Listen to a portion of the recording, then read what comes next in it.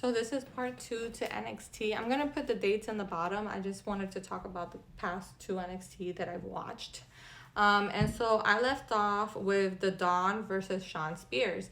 Now, I don't mind this feud that they're having. It's, it's really nice for the Dawn to have a new challenger. He just won the championship, the North American Championship. And Shawn Spears, he's being showcased as the mentor and is a manipulator, and he's teaching Brooks how to be a manipulator. And you're kind of seeing their interaction and how Brooks is reacting to all the manipulations that Spears is trying to do to the Dawn.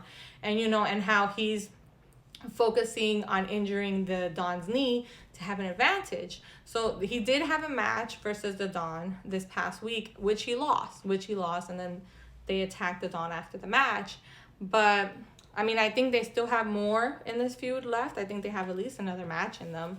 But I like this feud because it's showcasing Shawn Spears more and his relationship with Brooks.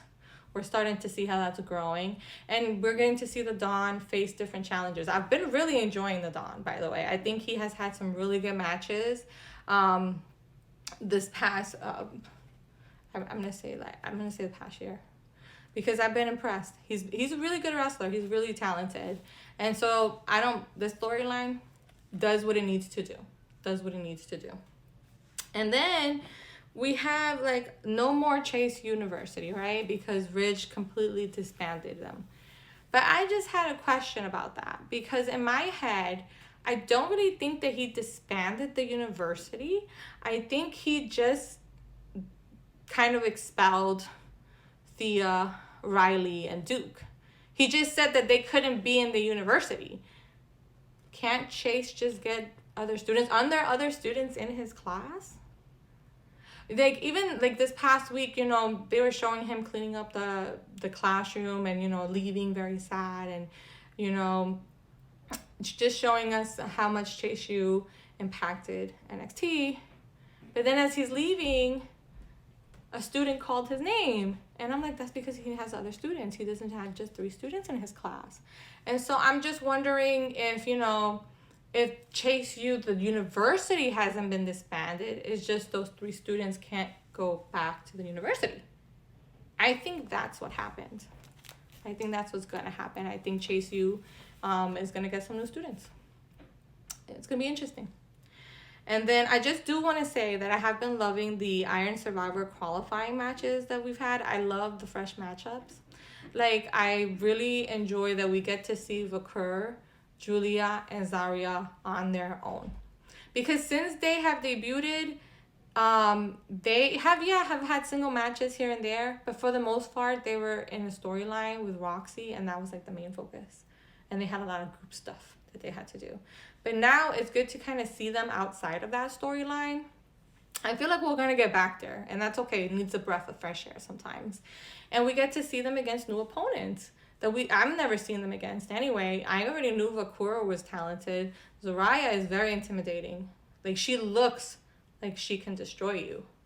And Julia, I want to learn her madness. I want to see what that's all about, because this is the first time I'm being introduced to her, and she has been amazing since she has debuted.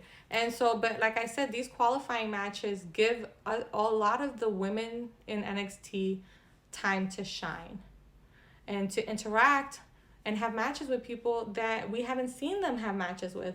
So I really have been loving it. Julia just went against Kalani this past week, and it was a great match.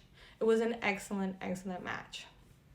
And so it's very entertaining. These kind of, contests, I'm gonna call them contests, they work really well at showcasing the talent. And so that's why I really like it. And these qualifying matches have been great. And I think the Iron Survivor match itself is going to be really good with the talent who's already qualified. So kudos to WWE. And now I do want to talk about Fallon Henley versus Tatum Paxley. Now, let me tell you something about Paxley.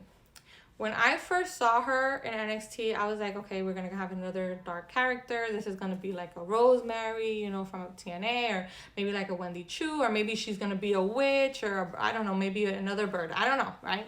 But I knew she was going to be a dark character. But I just didn't expect to have sympathy for her.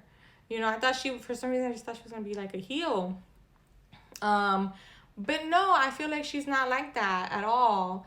I just feel kind of bad for her because it feels like she's an outsider.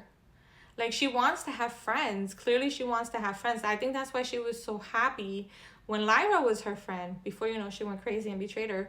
But, you know, when they had a friendship, I think that she was happy because she had a friend, and she was excited when Lyra came back and they were friends again. And I think she was excited when Wendy Chu seemed to want to be her friend, but then, you know, she betrayed her and all. And so, and she likes to play with dolls. That's all. She just enjoys playing with dolls. It's a good way for her to express herself. And so, her going into this match, and not just that, ever since she was in that 3-way match with Roxy, Lyra, and her and Tatum. Yo, I have been so impressed with her. I've been actually really excited to see her in the ring because she always brings it. Like, when she's put in that spotlight, she never fails. She never fails. And so I was really excited for this match because it's two very good wrestlers. And like I said, you know, I like Tatum's storyline and her gimmick. It's different. It's new but different at the same time, if that makes sense. I don't know if that makes sense. But anyway, they had a match. Fallon Henley had a match versus Tatum Paxley for the North American title, for the Women's North American title. And it was a great match. It was, don't get me wrong, Fatal Influence, they got involved.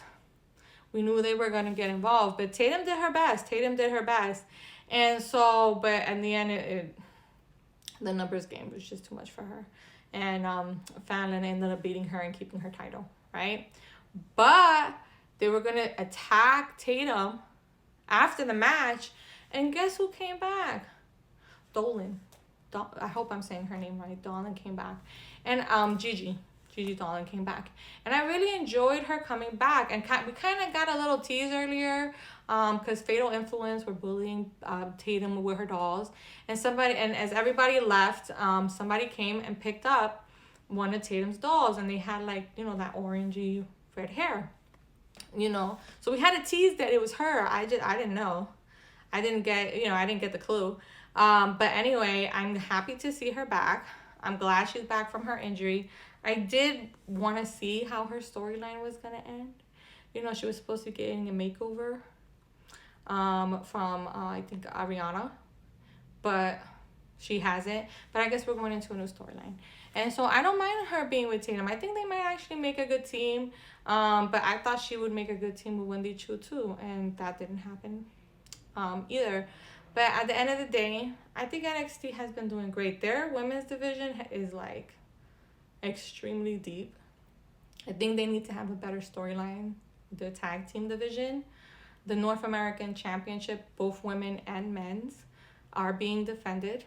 They are. Fallon Henley is a fighting champion. She did have an open challenge. She's the heel who had an open challenge.